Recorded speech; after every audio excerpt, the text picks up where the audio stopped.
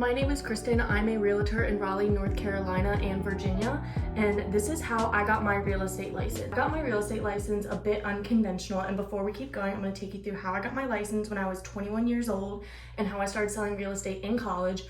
But before, if you want to hear more and about the journey and the story and how I've gotten to where I am today, be sure to subscribe. And also, if you want to follow me on my Instagram and my TikTok, I post a lot about my journey and my story there, and I'd love to connect. So feel free to shoot me a DM, and odds are I'll probably voice memo you back because I love voice memoing.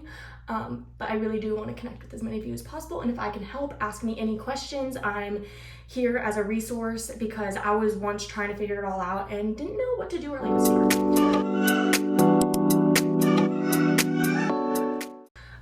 So how I got into real estate, I honestly don't know. I just had a gut feeling, and to where like I had this vision, and the only logical way that I was like, how can I get there, was I'm gonna do real estate.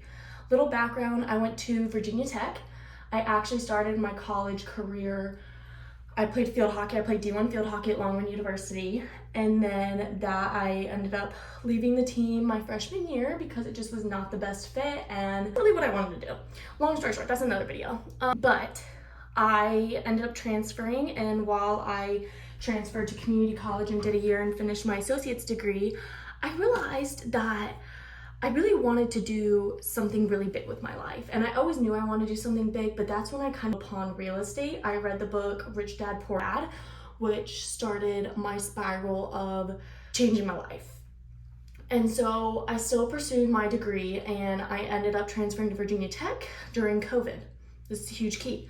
During COVID, I got my degree in finance with a concentration in investments. Holy shit, it was hard because I was finishing my degree while also selling real estate full time, and I was teaching cycle too. I was like in every direction. I would love to put together a little vlog of what my days looked like because it was wild. And I've also vlogged my entire experience from basically getting my license to now. It's crazy. So how I got my license was when I transferred to Virginia Tech. Part of the reason I went there was because I really wanted to do real estate, right? Well, it was only there, George Mason and VCU, who had like a real estate program. So I really loved that Tech had a finance and real estate program because I love finance, I love numbers, and I was like, I want to pair the two, which I'm thankful now because now I'm able to work heavily with investors and understand like a different level things. So anyway, I ended up going to Tech and I did the RELF program, or so I thought. Transferred there, literally school's online. We're not in person at this point. COVID's like the rough times of COVID where like you don't see people. And so when I did that, I did my first semester in this RELF program, and they were like, you're gonna have to do an extra year of school. And I said, no, thank you. So that was the day that I decided to just go get my real estate license. And how I did that was, so I need another mirror. So I need to not talk so fast, but I also talk really fast. So what I did was I took an intro to real estate class at Virginia Tech, and that was 45 credits for my 60 hours to go to real estate school. So I essentially paid nothing because I was at Virginia Tech. Like the way the credit program works, if you take an extra credit, you're basically capped at 12. So I took this class essentially for free, and that counted towards helping me get 60 hours, and I got licensed in Virginia to start. I'm now licensed in Virginia and North Carolina, and I sell in both states, but got my license in Virginia. So I did that real estate course through Virginia Tech, counted for 45, and then I talked to my professor, and he was like, we actually have this program with this brokerage you can do over winter in session. Grinded that for 3 weeks, winter in session. I also didn't stop studying for my degree. Once I left Longwood, I wanted to keep on track to get my degree in 4 years. So I literally did fall, spring, winter, summer, fall, spring, summer, until my senior year. I had my first summer off of like school. I did this class while also doing online classes for school, and it was a grind. And that's why COVID was so important, because it allowed me to just like stay focused. So after that, I got my 15 hours for law, and then I was able to sit for my exam because I passed my test. And those tests I did pass the first time, like the you have to take after you take the classes. So then I took my test back at home over winter break, and I failed. I didn't pass my state. I failed my state, passed my national, and it was by like one. So I was devastated.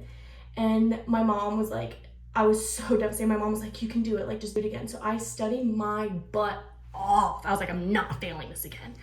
So yeah, I know, surprise, I failed, yeah. I'm not afraid to tell people that because that exam, it can be hard, okay? So not trying to freak you out either. I've had so many of my friends pass it like totally, but these are the tips and things that I would do if I could go back and do it over again. So when I studied, I literally always had an AirPod in, and I was listening to Prep Agent, or I was listening to other agents. And if I didn't know something, I have this note on my phone, which maybe I'll like create a guide or like something, all the things that I did to get my license, and then I can send it to you if you're interested.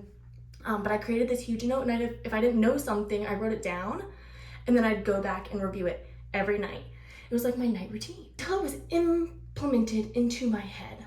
So then I literally studied. I was always listening to podcasts, YouTube videos, just like really material. And if I didn't know it, that's what I did. I would just like write it down and then come back to it.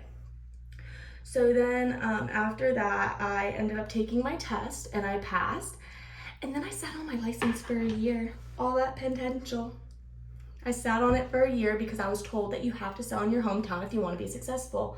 Fun fact, I've never sold a house in my hometown at all, ever. So that is not true. That is a total myth. And yeah, so a little summary of how I got my license, and that's in a nutshell. I didn't pay for it at all. I was able to do it through university. So if you have any questions or want more advice or something, feel free to drop a comment. I'm happy to either respond or reach out to me. Instagram is the best way to reach me because I love voice memoing you back. And yeah, if I can be of any help in your journey, seriously, reach out to me and I will try to do anything I can to help, because like I said, I was once you and I was like, what the heck do I do? Okay, I go film and this is a mess, so